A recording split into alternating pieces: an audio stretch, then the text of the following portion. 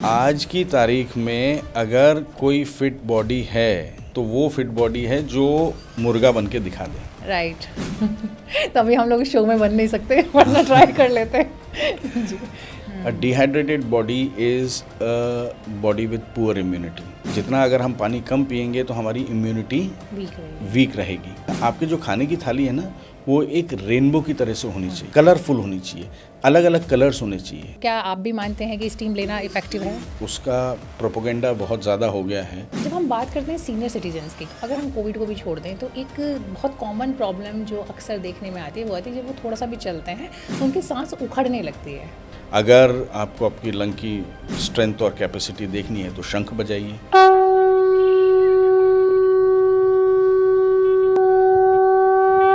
और फिर जैसे हम सीटी बजाते हैं, विसल बजाते हैं ना, या मोमबत्ती बुझाते हैं, इस तरीके से धीमे धीमे लंबा लंबा हम सांस अगर छोड़ेंगे तो वो उसका जो बैक प्रेशर है वो लंग पे काफ़ी ज़्यादा इफेक्टिव रहता है। जो हमारा बैठने का तरीका है, that is also a problem. आज हम देखते हैं कि वर्क फ्रॉम होम हो रहा है। ये जितने भी यंग बॉयज़ एंड गर्ल्स हैं, ये पूरे टाइम बेड पे बैठ के जो है अपने कंप्यूटर पे, लैपटॉप पे बैठे रहते हैं। एक वो स्लाउच हो जाता है, कंधे झुकते हैं, गर्दन का भार जो है वो नीचे होता है और कॉन्स्टेंटली एक ही पोजीशन में वो अपने लैपटॉप पे लगे रहते हैं, विच इज़ बैड। बैठने के तरीके में सबसे बढ़िया जो चेयर्स हैं वो आपकी डाइनिंग टेबल की चेयर्स हैं। अब आप ये बताइए कि जो हुक्का का ये चलन आया, सो कॉल्ड फैशन आया, ये कितना हार्मफुल है? के को हमें मालूम ही नहीं है कि ये कितनी ख़राब चीज़ है। उस पर कुछ मेंशन तो होता नहीं है। न उस पर कुछ मेंशन होता है, किस दुकान से आए हैं, उसमें उन्होंने क्या डाला है, ये भी नहीं पता एक्चुअली में कि डला क्या है। उसमें क्या डाला है हमें मालूम नहीं है।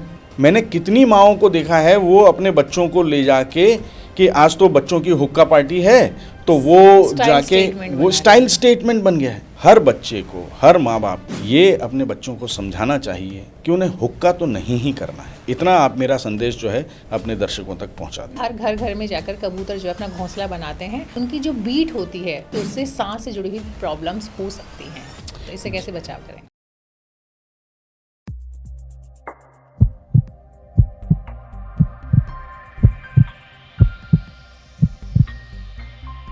हम सब लोगों की लाइफ में सारा खेल सांसों का है। सांसें चलती रहें तो ज़िंदगी चलती रहती है, लेकिन कई बीमारी ऐसी होती है जिनमें सबसे पहला अटैक सांसों पर ही होता है, फिर चाहे कोविड हो, सीपीओडी हो या फिर दूसरी कुछ बीमारियां। हम अपनी सांसों को कैसे सेहतमंद रख सकते हैं, कैसे अपनी सांसों को और दुरुस्त कर सकते हैं, इस विषय पे बात करने के लिए आज हमारे स्टूडियो में हैं खास मेहमान डॉक्टर आशीष जैन। बहुत बहुत स्वागत है सर आपका। नमस्ते जी नमस्ते। Doctor Ashish director and HOD हैं पल्मोनोलॉजी डिपार्टमेंट के साथ मैक्स हॉस्पिटल में। वो हमें बताएंगे कि कैसे हम अपनी सांसों को, हमारी सांसों पर किन किन चीज़ों का ज़्यादा खतरा या फिर अटैक का डर होता है, साथ ही साथ हम अपनी रूटीन लाइफ में ऐसा क्या कर सकते हैं कि हमारी जो सांसें हैं वो ज़्यादा सेहतमंद रहें। जी सर, आजकल चूँकि कोविड एक बार फिर से लौट आया है और जो सबसे ज़्यादा खतरा लोगों के मन में है वो है सांसों को लेकर ही होता है कि सबसे पहला अटैक सांसों पर होता है। तो सबसे पहले तो मैं ये जानना चाहती हूँ कि ये जो कोविड लौट कर आया है ये वाकई ही खतरनाक है, डरने की ज़रूरत है? देखिए, सावधानी रखने की तो आवश्यकता है, डरने की उतनी ज़रूरत नहीं है जी। ये शायद उतना ख़तरनाक नहीं होगा, ऐसी हमारा अनुमान भी है और ऐसा हमारा विशफुल थिंकिंग भी है, जितना कि वो कोविड सेकंड वेव जो डेल्टा वेव थी उतना ख़तरनाक तो शायद नहीं होगा ये। पर फिर भी सावधानी की ज़रूरत है, क्योंकि कोई भी एक्सट्रीम्स ऑफ एज यानी बच्चे और जो बुज़ुर्ग हैं जिनको कोमॉर्बिडिटीज़ हैं, जिनको तमाम दूसरी परेशानियां भी हैं, जैसे डायबिटीज़ हो गया, ब्लड प्रेशर हो गया, हार्ट की प्रॉब्लम, लिवर की प्रॉब्लम, किडनी की प्रॉब्लम, ये जिनको है उनमें वैसे भी कोई भी वायरल इलनेस जो है वो उनकी जो पहले से बीमारियां हैं उसको ख़राब कर सकता है।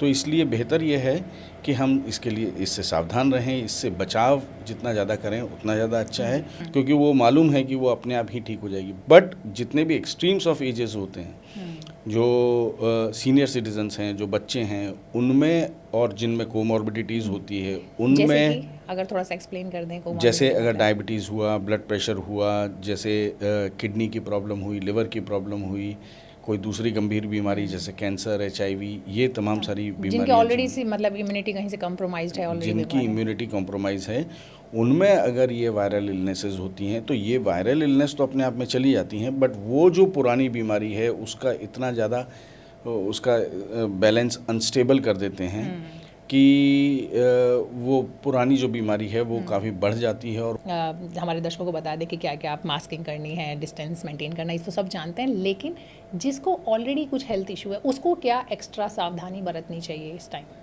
देखिए, आपका स्पेसिफिक क्वेश्चन है कि जिनको ऑलरेडी हेल्थ इश्यूज़ हैं उनको क्या सावधानी रखनी चाहिए। तो सबसे पहली चीज़ तो ये है कि ये बहुत अच्छा समय है, जबकि कोविड इतना ज़्यादा व्याप्त रूप से फैला नहीं है। ये बहुत अच्छा समय है कि आपकी जो भी पुरानी बीमारी है उसके आपके जो भी डॉक्टर हैं उनके पास जाके अपना एक बार चेकअप करवा लें और देख लें कि हमारी जो पुरानी बीमारी है, अगर डायबिटीज़ है तो डायबिटीज़ ऑन ट्रैक है कि नहीं, अगर ब्लड प्रेशर की प्रॉब्लम है तो वो ऑन ट्रैक है कि नहीं, हार्ट वाले डॉक्टर के पास जाके अपनी हार्ट की दवाइयाँ अगर कम ज़्यादा करवानी हो या वो चेक करवाना हो कि वो ऑन ट्रैक है या नहीं, लिवर की, किडनी की। अगर कोई आपको पुरानी बीमारी है तो कोविड को भूल जाइए, फ़िलहाल अपने डॉक्टर के पास जाके जो पुरानी बीमारी है उसको आप देख लेंगे, उसमें तो कोई कॉम्प्लिकेशन नहीं आ रहा है, पहली चीज़।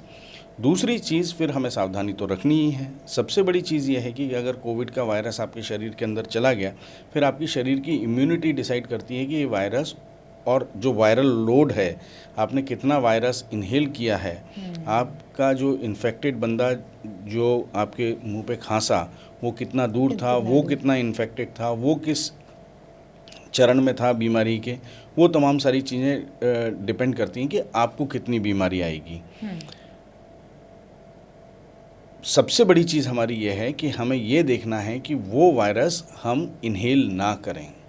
अब वो वायरस हम इनहेल ना करें, उसके लिए दो तीन चीज़ें हो सकती हैं। एक चीज़ ये हो सकती है कि वो जो इन्फेक्टेड पर्सन है या जो हमें मालूम है कि वो इन्फेक्टेड है, तो वो स्वयं जिम्मेदारी ले उस चीज़ की, और ख़ास तौर पे वो बंदा जिसको फीवर है, जिसको खांसी है, सर्दी है, वो मास्क लगा के रखें। आप अगर ससेप्टेबल हैं, अगर आपकी इम्यूनिटी वीक है, आपको कोमॉर्बिड इलनेसेस हैं, एक्सट्रीम ऑफ एज है, तो बेहतर यह है कि अगर आप पब्लिक में जा रहे हैं तो हमें मालूम नहीं कि कौन इन्फेक्टेड है कौन नहीं है, तो आप मास्क लगा के जाएं अगर आप पब्लिक में जा रहे हैं तो। नंबर 3 कि और फिर किस तरीके से ये हमारे पास फैलता है, अगर हमने कोई ऐसी चीज़ पे हाथ लगा दिया या साइड रेल्स पे हाथ लगा दिया, सीढ़ियों से उतरते समय लिफ्ट के बटन छू गए, है ना, तो उन चीज़ों को हमें छूना नहीं है। अपने हाथ को बार बार धोते रहना है, मुंह को धोते रहना है। इससे जो भी वायरसेस जो आप हाथ में पिक कर रहे हैं और अपने फिर मुंह पे लगा रहे हैं तो वो अंदर नहीं जाएंगे। ये तीसरी चीज़ हो गई। चौथी चीज़ इसमें फिर अब हमें हमारी इम्यूनिटी बढ़ानी है। अगर हमें हमारी इम्यूनिटी बढ़ानी है तो सबसे बढ़िया चीज़ जो इम्यूनिटी को संभाल के रखती है या बढ़ा के रखती है वो क्या है? Hydration. A dehydrated body is a body with poor immunity. जितना अगर हम पानी कम पिएंगे तो हमारी इम्यूनिटी वीक रहेगी। तो आप पानी अधिक मात्रा में पिएं। अगर आपको हार्ट की प्रॉब्लम या किडनी की प्रॉब्लम नहीं है, या अगर आपको डॉक्टर ने मना नहीं किया है कि आपको पानी कम पीना है या कोई उन्होंने रेस्ट्रिक्शन उस पर नहीं लगाया है, तो बेहतर यह है कि एक नॉर्मल एडल्ट को 3, 3.5, 4 लीटर तक तरल पदार्थ वो पीने चाहिए। सूप हो गए, फ्रूट जूसेस हो गए और पानी हो गया, ऑन एवरेज मान लेते हैं 9 से 10 ग्लास तो ज़रूर वो आपको पीना ही है। इसके अलावा हमें क्या चाहिए? हमें चाहिए जितने भी मल्टीविटामिन्स हुए, जितने भी हमारे एंटीऑक्सीडेंट्स हुए और ट्रेस एलिमेंट्स हुए, ये हमें कहाँ से मिलेंगे? ये हमें मिलेंगे ताज़े फल और सब्जियों से मिलेंगे। ठीक है ना? आपके जो खाने की थाली है ना, वो एक रेनबो की तरह से होनी चाहिए, कलरफुल होनी चाहिए, अलग अलग कलर्स होने चाहिए। मैं अपने मरीज़ों को अक्सर बोलता हूँ कि आप दिन में 3 रंग के फल या सब्जियाँ जो कच्ची खाई जा सकें, वो फल या सब्जियाँ 3 अलग अलग रंग की उठाएं और रोज़ाना उनका सेवन करें। आज ये 3 रंग हो गए, कल वो 3 रंग हो गए, परसों कोई तीसरे 3 रंग हो गए। जैसे नॉर्मली कहा जाता है कि स्टीम लेना कहा जाता है कि अगर आप भाप लेते हैं सुबह शाम, तो वो भी आपके लिए, क्योंकि खासकर हम दिल्ली NCR की बात करें तो यहाँ पॉल्यूशन इतना है, तो ऑलरेडी आपके अंदर इतने सारे पॉल्यूटेंट्स अंदर जा रहे हैं, तो उसमें भी बेनिफिशियल है। तो क्या आप भी मानते हैं कि स्टीम लेना इफेक्टिव है? स्टीम का आई थिंक उसका प्रोपोगेंडा बहुत ज़्यादा हो गया है। जी। उसका असल फ़ायदा कितना है वो हमें नहीं मालूम है, पर हाँ, अगर आपको सर्दी ज़ुकाम है, अगर आप पॉल्यूटेड जगह से आ रहे हैं और आपको चाहिए अगर कि हमारे जो नेज़ल पैसेजेस हैं वो अगर नीट एंड क्लीन रहें, तो आप स्टीम ले सकते हैं। स्टीम लेने के लिए सबसे कारगर तरीका ये है, एक तो सबसे पहले तो वो जो बहुत तेज़ गर्म स्टीम जो आती है, जो स्टीमर से आती है, I think that we should avoid. उतने गर्म की हमको ज़रूरत नहीं है। एक कटोरी लें, उसमें खौलता हुआ पानी डालें, उसको नाक के नीचे ला के नॉस्ट्रल बंद करके ऐसे गहरी गहरी सांस लेंगे। अल्टीमेटली ये जो वार्म ह्यूमिड एयर है, ये आपकी जो नॉस्ट्रल के अंदर क्लॉग्ड चीज़ें हैं उनको नम कर देगी, थोड़ा सा सॉगी बना देगी, और बाकी जो प्रेशर से आप खींच रहे हैं उससे वो क्लींस हो जाएंगे, है ना। तो आपकी नाक खुल जाएगी। इससे मुझे याद आया एक और दूसरी चीज़ है जिसे बोलते हैं जल नीति, जो योगा की एक क्रिया है। वो एक बहुत कारगर चीज़ है। अगर आपको रेगुलरली अगर कुछ करना है तो बेटर ये है कि वो जल नीति करें। स्टीम शायद रेगुलरली लेने की उतनी आवश्यकता नहीं है। अगर आपको सर्दी ज़ुकाम हो रहा है और अगर आपको कोई एलर्जी हो रही है तो फिर आप स्टीम को ले सकते हैं, बट अदरवाइज़ मुझे लगता है कि अगर रेगुलरली आपको कुछ करना है तो वो एक जल नीति चीज़ है। जब हम बात करते हैं सीनियर सिटीजन्स की, क्योंकि आपने भी बताया कि ये ऐसा ग्रुप है जिसमें कि ज़्यादा खतरा है, तो अगर हम कोविड को भी छोड़ दें तो एक बहुत कॉमन प्रॉब्लम जो अक्सर देखने में आती है वो आती है जब वो थोड़ा सा भी चलते हैं तो उनकी सांस उखड़ने लगती है। तो इसकी क्या वजह है, क्यों होता है ऐसा, और इसका सॉल्यूशन क्या हो सकता है? देखिए, इसके कई कारण हो सकते हैं, है ना।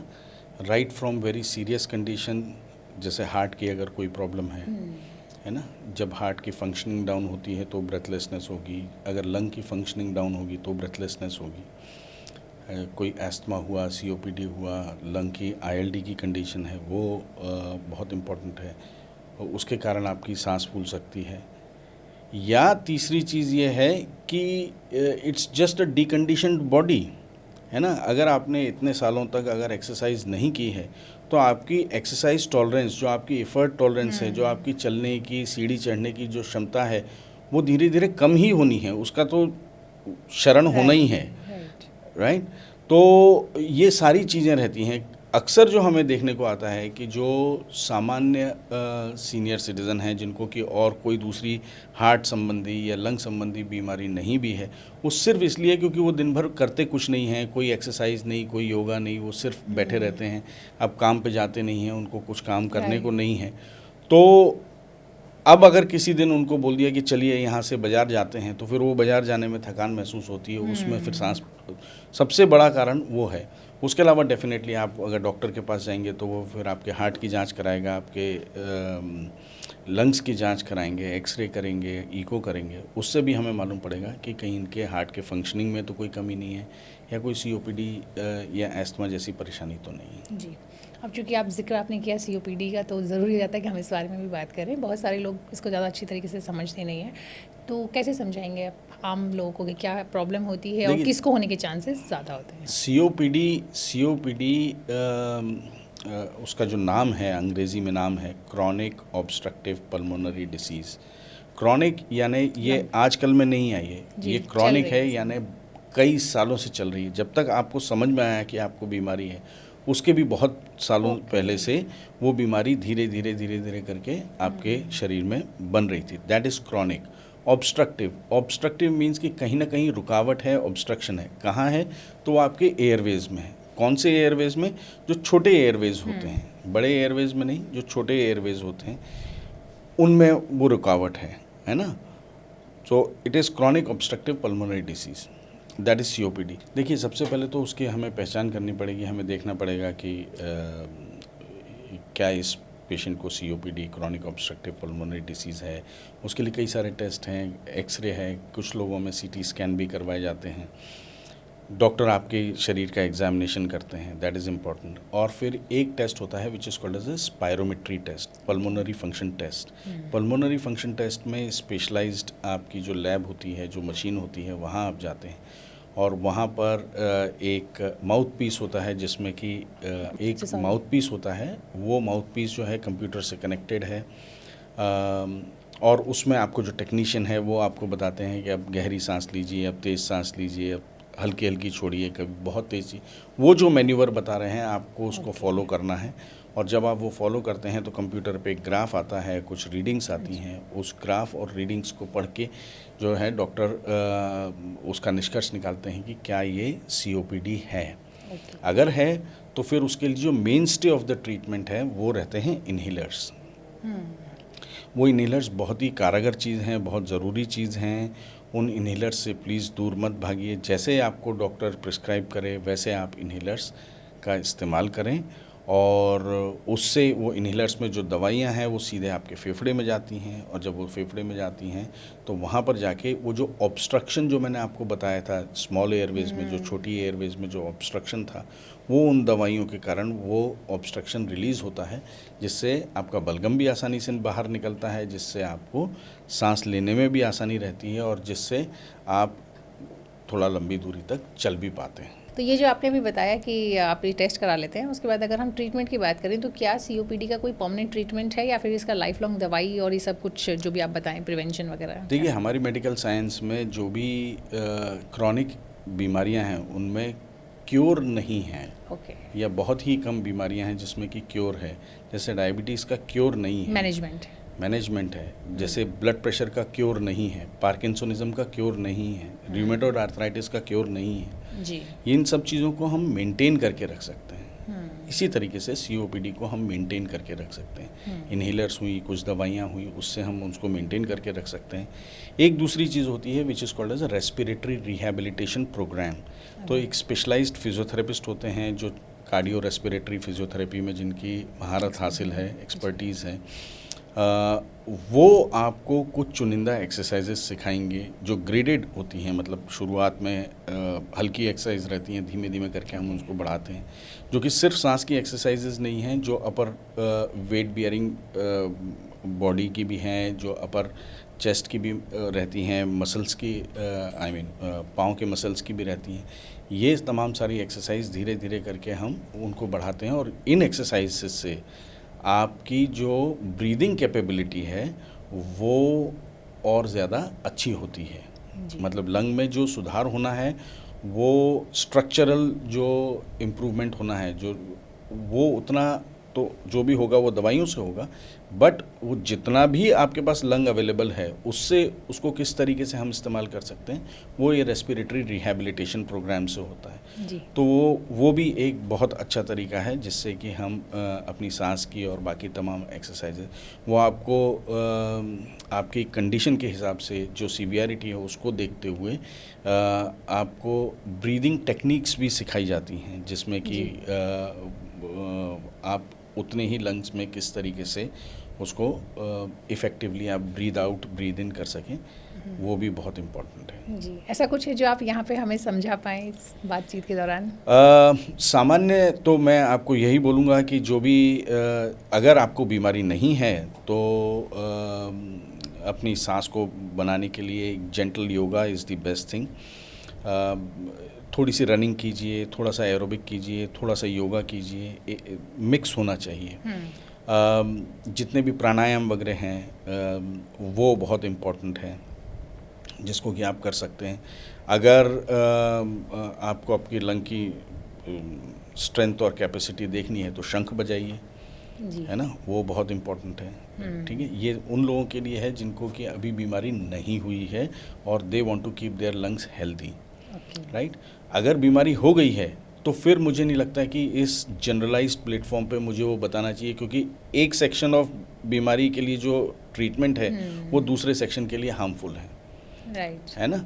तो वो बेटर यह है कि आप अपने डॉक्टर के पास जाएं, रेस्पिरेटरी फिजियोथेरेपिस्ट के पास जाएं और वो आपके एक्सरे देख के आपकी स्थिति को देखते हुए आपके लिए क्या एक्सरसाइज इम्पॉर्टेंट है वो आपको बताएंगे। अगर आपको बीमारी बहुत कम है या नहीं है तो बेटर ये है कि you should be doing gentle exercises, है ना, हल्का सा रनिंग किया। तो इसके अलावा एक चीज़ और है जो बड़ा, इनफैक्ट दो बातें हैं। एक तो जैसे कि लोग कहते हैं कि लंग्स की कैपेसिटी बढ़ाने के लिए बलून फुलाना is a very good exercise, चाहे बच्चे हों या बड़े भी हों, खासकर अगर बुजुर्ग हैं घर में और वो कुछ और नहीं कर रहे हैं तो उनको अगर कुछ बलून दे दिया, उनको फुलाएं तो वो उनके लिए इफेक्टिव। Is it so?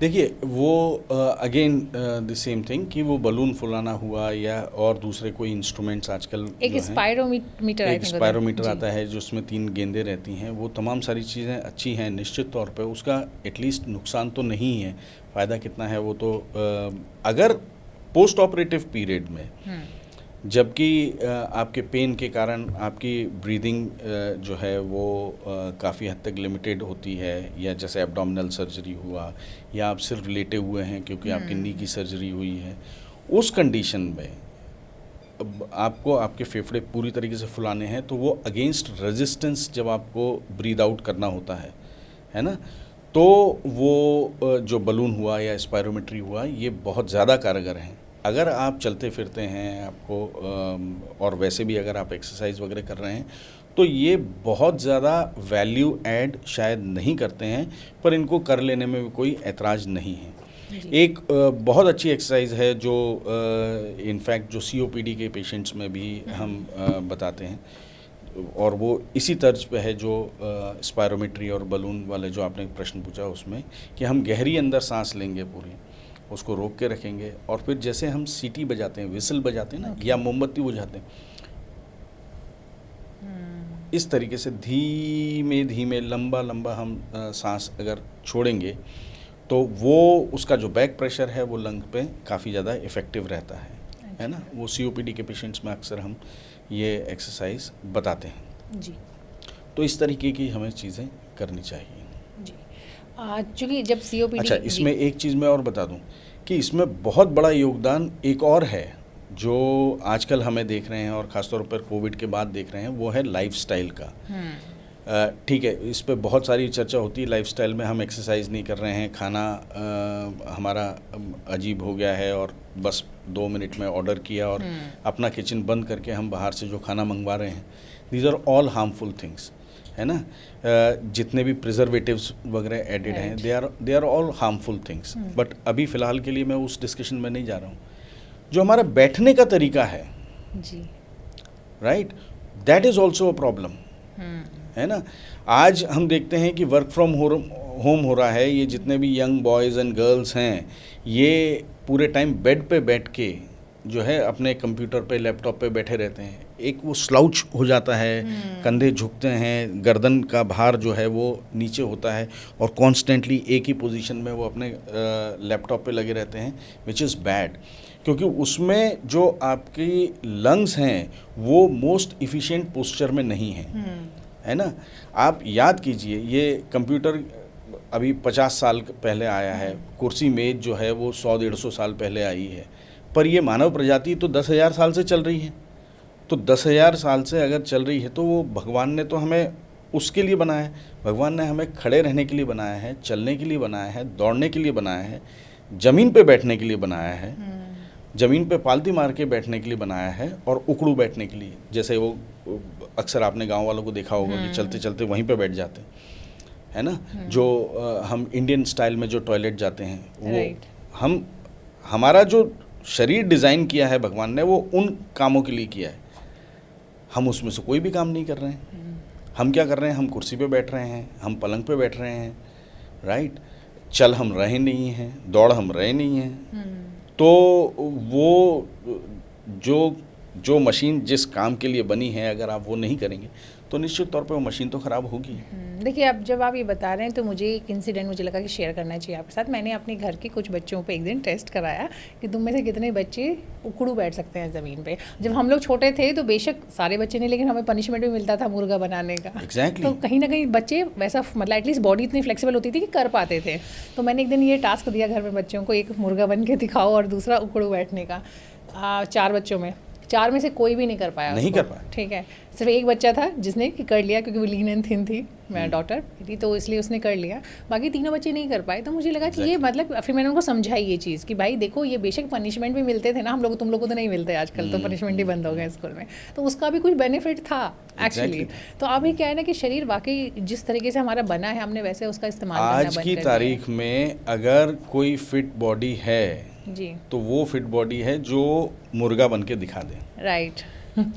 तभी हम लोग इस शो में बन नहीं सकते, वरना ट्राई कर लेते हैं। जी, चलिए। ठीक तो है ना? ये तो आपने बताया कि जो कैसे आप अपनी जो एक्सरसाइज या जिसे अपने शरीर का ही अगर आप ढंग से इस्तेमाल करें, बैठने का तरीका सुधारें, तो उससे भी आपके फेफड़े सही तरीके से काम करते हैं। जी, बैठने के तरीके में सबसे बढ़िया जो चेयर्स हैं वो आपकी डाइनिंग टेबल की चेयर्स हैं, जी, राइट। उनका बैक जो straight है वो होता है। स्ट्रेट रहता है। डाइनिंग टेबल का जो टेबल की जो हाइट है वो ऑप्टिमम हाइट है। तो अगर आपको पढ़ाई करनी है, अगर आपको लिखने का काम है, पढ़ने का काम है, तो आपकी स्टडी टेबल में तो आजकल फैंसी चेयर्स आ गई हैं, राइट। ठीक है ना, एर्गोनॉमिक चेयर्स जैसे बोलते हैं। But I think the dining table is a better place than ergonomical design जो आती है जो उनसे भी। डिज़ाइनर जो चेयर्स हमारी आ रही हैं उनके। दूसरी चीज़ कि आजकल स्टैंडिंग डेस्क्स बहुत प्रचलन में है, which is a very good thing, है ना। उसमें अभी जैसे अगर हम बैठे हुए बात कर रहे हैं, इतनी देर से हम बात कर रहे हैं, तो हम कहीं गए नहीं हैं, ठीक है ना। वो भाई साहब जो कैमरे के पीछे हैं वो खड़े हुए हैं, वो तब से चल रहे हैं, ठीक है ना, और जबकि हमारी वॉकिंग हो नहीं रही है, राइट। Right. तो ये फ़र्क पड़ता है। अगर हम स्टैंडिंग डेस्क पे हैं तो हम खड़े खड़े अपना काम कर रहे हैं, तो हम थोड़ा बहुत चलते हैं, मूवमेंट पाँव का होता है, ब्लड आप क्लॉट्स लगातार कम खड़े होते रह हैं। भी नहीं सकते ना एक पोजीशन में, तो इसलिए एक वैसे ही पोजीशन अपने में आप खड़े रह भी नहीं सकते हैं।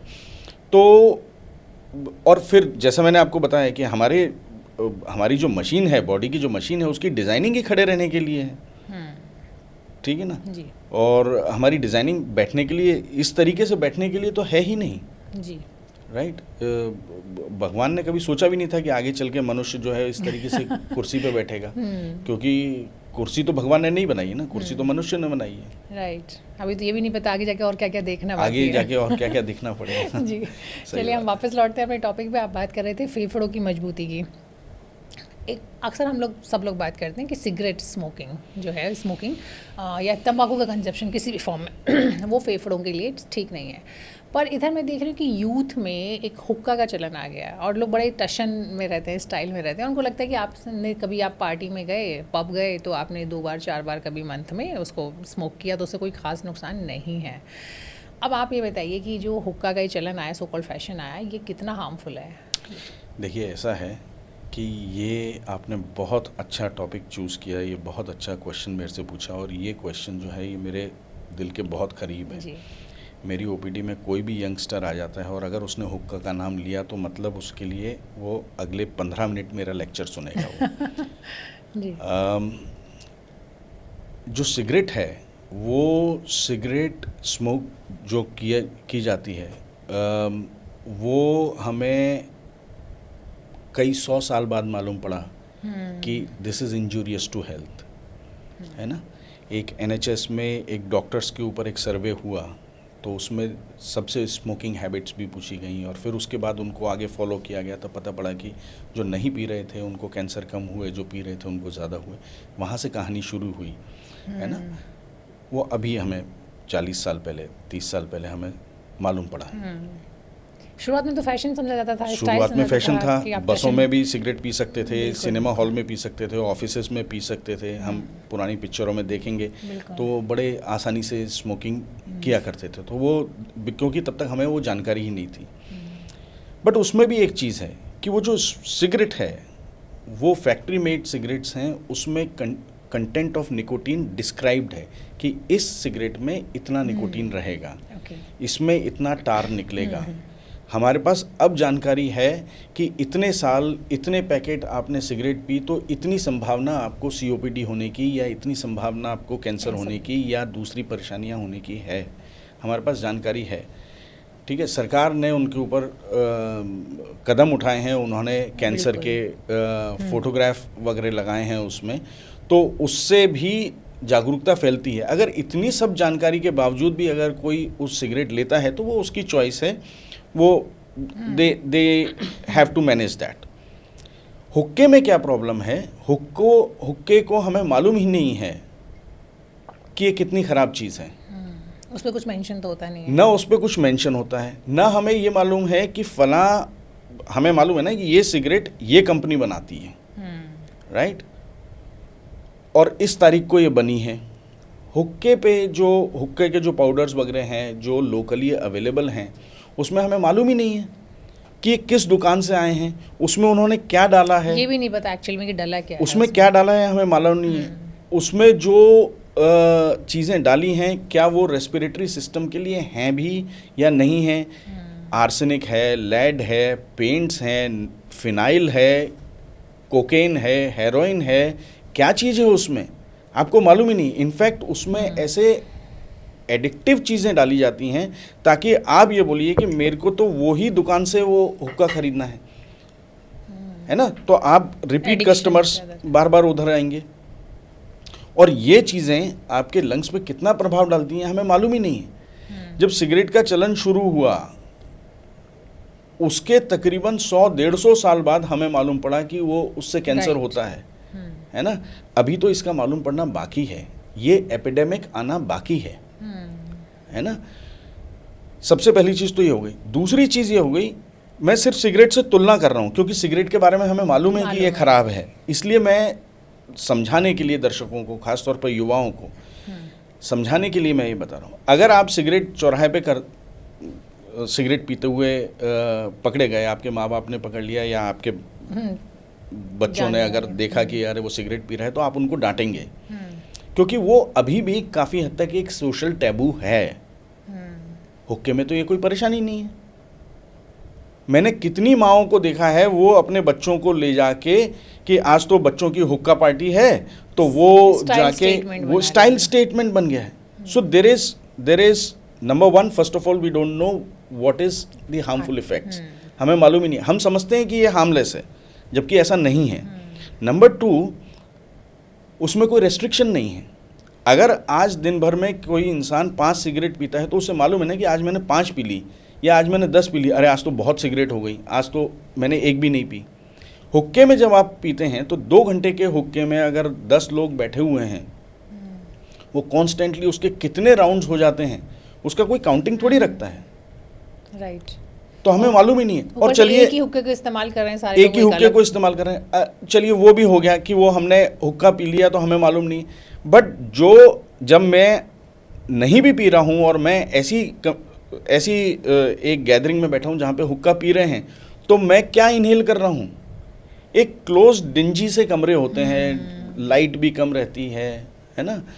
मैं क्या इनहेल कर रहा हूँ, मैं वो धुआं इनहेल कर रहा हूँ जो बाकी लोगों ने अपनी सांसों से छोड़ा हुआ है, right. So that is also harmful. मैं अगर हुक्के वालों के साथ में बैठा हुआ हूँ बट मैं हुक्का नहीं पी रहा हूँ, that is also very, just cigarette smoke में भी second hand smoke is very dangerous.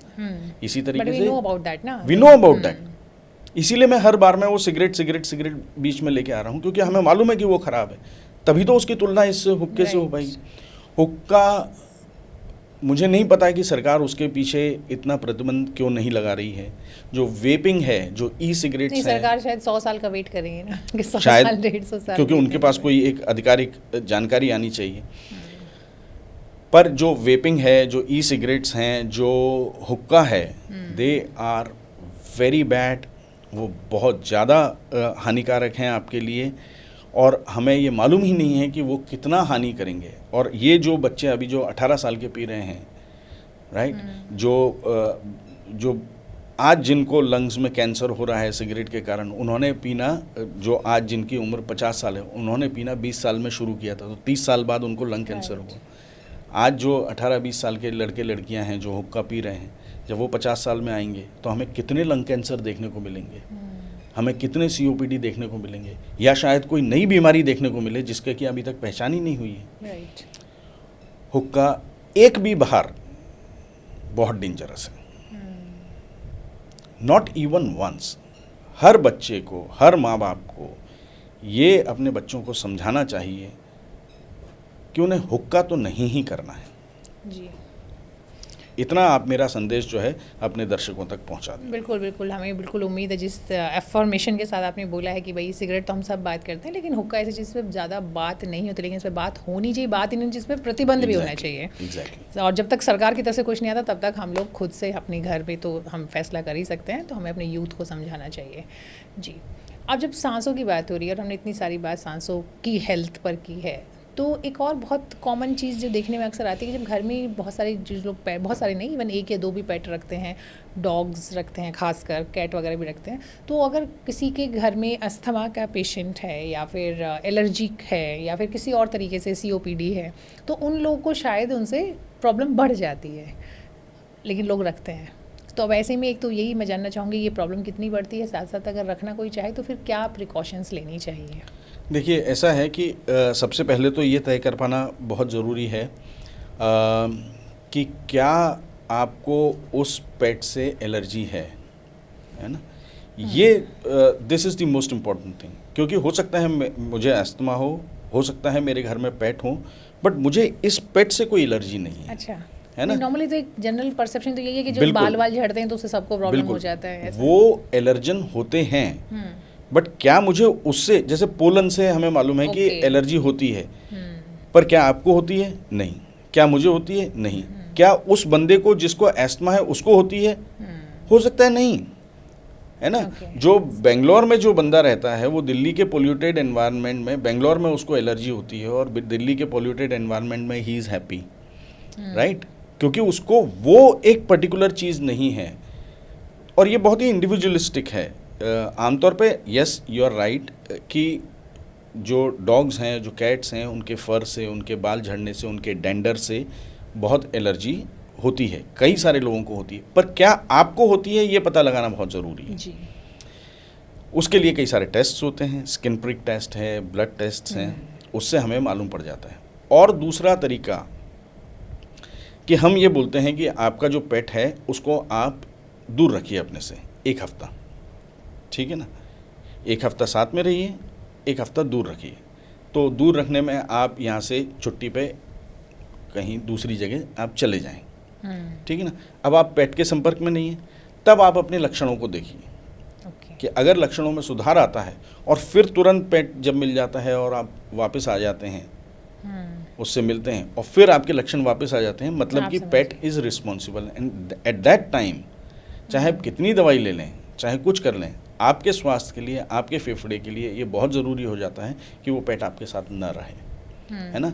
कई सारे मरीजों में मैं जानता हूँ ये बहुत कठिन निर्णय होता है, कई बार जो है वो पेशेंट्स उसको एक्सेप्ट नहीं कर पाते हैं, बट आई थिंक एक प्रैग्मेटिक व्यू हमें लेना चाहिए, एक हमें देखना चाहिए कि हमारी अगर स्वास्थ्य के लिए चीज़ ठीक नहीं है तो फिर हमें पेट को दूर रखना पड़ेगा। बट उसके पहले मैं पूरी तहकीकात करता हूँ कि क्या ये एलर्जी पेट के कारण है और क्या हमें ऐसा उसके ऊपर क्वेश्चन मार्क लगाना चाहिए। और अगर if the answer is yes, then I think there is no other alternative but to stay away from the pet. Okay, और दूसरी एक चीज़ आती है जो नॉर्मली घर में आजकल कारपेट्स, रग्स, मोटे मोटे पर्दे, कर्टेंस लोग इस्तेमाल करते हैं, तो वो भी कहते हैं कि अगर आपका अस्थमा का पेशेंट है या फिर आप दूसरे कोई एलर्जी आपको है किसी भी फॉर्म में, तो वो भी एग्रीवेट हो जाती है। देखिए, जितनी भी फर की चीज़ें हैं, जो मोटे पर्दे हैं और जो कारपेट्स वगैरह हैं, ये डस्ट को अट्रैक्ट करते हैं, इनके ऊपर डस्ट सेटल होती है, ये डस्ट को अट्रैक्ट करते हैं, और डस्ट में हम जानते हैं कि बहुत सारे पोलन ग्रेन्स और बहुत सारे एलर्जेंस होते हैं, बहुत सारी डस्ट से लोग बाग एलर्जिक रहते हैं। तो अगर आपको एस्थमा है तो ये एक नॉर्मल हाइजीन का प्रश्न है। मैं मरीजों को बोलता हूँ कि अपने कारपेट्स को हटा दें और पर्दे जो हैं वो कॉटन के रखें और वो नियमित रूप से आप उनको धोते रहें, भारी पर्दों को अलग रखें, इससे भी काफ़ी लोगों को फ़ायदा होता है। नियमित से मतलब मंथ में एक बार? शायद उससे भी ज़्यादा, है ना? दूसरी चीज़ बहुत इम्पोर्टेंट ये है कि जो डस्टिंग होती है और जो ब्रूमिंग होती है, जो झाड़ू लगती है, वो चीज़ अच्छी नहीं है ना? क्या रहता है कि डस्ट जैसे ही सेटल हुई है, ठीक है, तो हम बोलते हैं कि अरे ये कितना गंदा है, चलो झाड़ू लगा देते हैं। तो जैसे ही हमने झाड़ू लगाई तो हमने डस्ट को बाहर नहीं फेंका, वो डस्ट को अनसेटल कर दिया जो अब हवा में घूम रही है। अब वो डस्ट हवा में घूम रही है, नाउ इट हैज़ बिकम रेस्पायरेबल, अब हम वो उसको श्वास में ले सकते हैं, ठीक है ना। तो वो रेस्पायरेबल हो गई, वो 4-6 घंटे में वो सेटल होगी, वो ज़मीन पे नीचे जाएगी, हम बोलेंगे अरे फिर गंदगी आ गई, फिर से होगा। इसके लिए 2 तरीके हैं, एक तो सीधे पोंछा लगाएं, वेट मॉपिंग, और दूसरा वैक्यूम क्लीनिंग। यही तरीके हैं आपके घर के अंदर की डस्ट को बाहर फेंकने के लिए, है ना। अगर आप डस्टिंग कर रहे हैं और झाड़ू लगा रहे हैं तो वो डस्ट बाहर नहीं जाएगी उससे। तो बेहतर ये होगा कि झाड़ू को ज़रा अलग रखें अगर आपके घर में एस्थमेटिक्स हैं तो, और कारपेट्स को रोल अप करके उनको अलग रख दें, और वैक्यूम क्लीनिंग, पोंछा उसका इस्तेमाल करें। पर्दे जो हैं आपके वो हल्के होने चाहिए और कॉटन के हों तो ज़्यादा अच्छा है, जिससे कि हम हफ्ते में 15 दिन में जो है उनको वॉश करते रहें। जी। और अगर अस्थमा का अटैक हो जाए और उस मोमेंट पे 2 सिचुएशन बनती हैं, एक तो आपके पास कोई है सपोर्ट देने के लिए, तो उनको क्या करना चाहिए, और आपके पास कोई भी नहीं है, आपको खुद को क्या करना चाहिए? जितने भी मेरे अस्थमा के पेशेंट हैं या जितने भी लोग जिनको अस्थमा है और वो आपका ये पॉडकास्ट देख रहे हैं, उनको ये हिदायत अवश्य देना चाहिए कि जो आपके इन्हेलर्स होते हैं और जो नेबुलाइजर्स होते हैं, जो स्पेशली रिलीवर कैटेगरी में आते हैं, जो त्वरित आपको समाधान देते हैं, जो फ़ायदा देते हैं, वो रिलीवर कैटेगरी वाले इन्हेलर्स या नेबुलाइजर्स हमेशा आपके पास में होने चाहिए, राइट। एक इन्हेलर आपके बेडरूम में होना चाहिए, एक इन्हेलर आपके पर्स में होना चाहिए, एक इन्हेलर आपकी गाड़ी के ग्लव बॉक्स में होना चाहिए, एक अगर आप चाहें तो अपने ऑफिस में रख सकते हैं उसको। आपकी रीच में हमेशा इन्हेलर होने चाहिए, क्योंकि किस समय कब कहाँ आपको उसकी आवश्यकता पड़ जाए वो कहना मुश्किल है। और उस समय अगर आपको एस्थमा का अटैक हो रहा है तो एक इन्हेलर ही है जो आपको क्विक सिम्टोमेटिक रिलीफ दे पाएगा। Otherwise if you don't have the inhalers then it's going to be a problem. Doctor साहब, महानगरों में हम देखते हैं कि हर घर में जाकर कबूतर जो है अपना घोंसला बनाते हैं, और उनकी जो बीट होती है वो कुछ स्टडीज़ बताती हैं कि उससे सांस से जुड़ी हुई प्रॉब्लम्स हो सकती हैं, तो इससे कैसे बचाव करें? जी, बीट ही नहीं, उनके जो फेदर्स हैं उससे भी एलर्जेंस निकलते हैं, और वो कई लोगों में हाइपर सेंसिटिविटी न्यूमोनाइटिस जैसी बीमारियां करवा सकते हैं, और वो काफ़ी गंभीर सांस संबंधी बीमारी होती है। उसमें सांस बहुत फूलती है, ऑक्सीजन लेवल भी कई लोगों का कम हो जाता है, और उसमें उसको ठीक करने के लिए स्टेरॉइड जैसी दवाइयाँ भी हमें देनी होती हैं। उनके भी काफ़ी सारे साइड इफ़ेक्ट्स हैं। तो इन शॉर्ट ये काफ़ी प्रॉब्लमेटिक चीज़ है। हमें ध्यान रखना चाहिए कि अपने आसपास में कबूतरों को ना आने दें, घोंसले ना बनने दें। ख़ासतौर पे आजकल ये मल्टी स्टोरीड में जो बालकनीज़ हैं उनमें जो कबूतर आते हैं, कई सारे शहरों में ये मुहिम भी चल रही है कि जो चौराहों पे हम दाने डालते हैं उनके ऊपर भी प्रतिबंध लगाया जाए, जिससे कि कबूतर हमारे ये हाइपर सेंसिटिविटी न्यूमोनाइटिस जैसी बीमारियां ना करें। कोई एक फॉर्मूला आप मुझे बताइए जो हम अपने घर में डेली में कर सकते हैं, अपनी लाइफ में बदलाव कर सकते हैं या ऐड ऑन कर सकते हैं, जिससे कि सांस जो है वो हमारी बढ़िया रहें, दुरुस्त रहें। देखिए, सारी चीज़ें तो हम डिस्कस कर ही चुके हैं कि हमें एक जेंटल एक्सरसाइज करनी चाहिए, थोड़ी सी रनिंग, थोड़ी सी एरोबिक, थोड़ा सा योगा आपके डेली रूटीन में होना ही चाहिए। बट अगर आप सिर्फ एक ही चीज़ पे अगर हाथ रखने के लिए बोल रही हैं तो फिर मैं बोलूँगा कि आपको शंख बजाना चाहिए।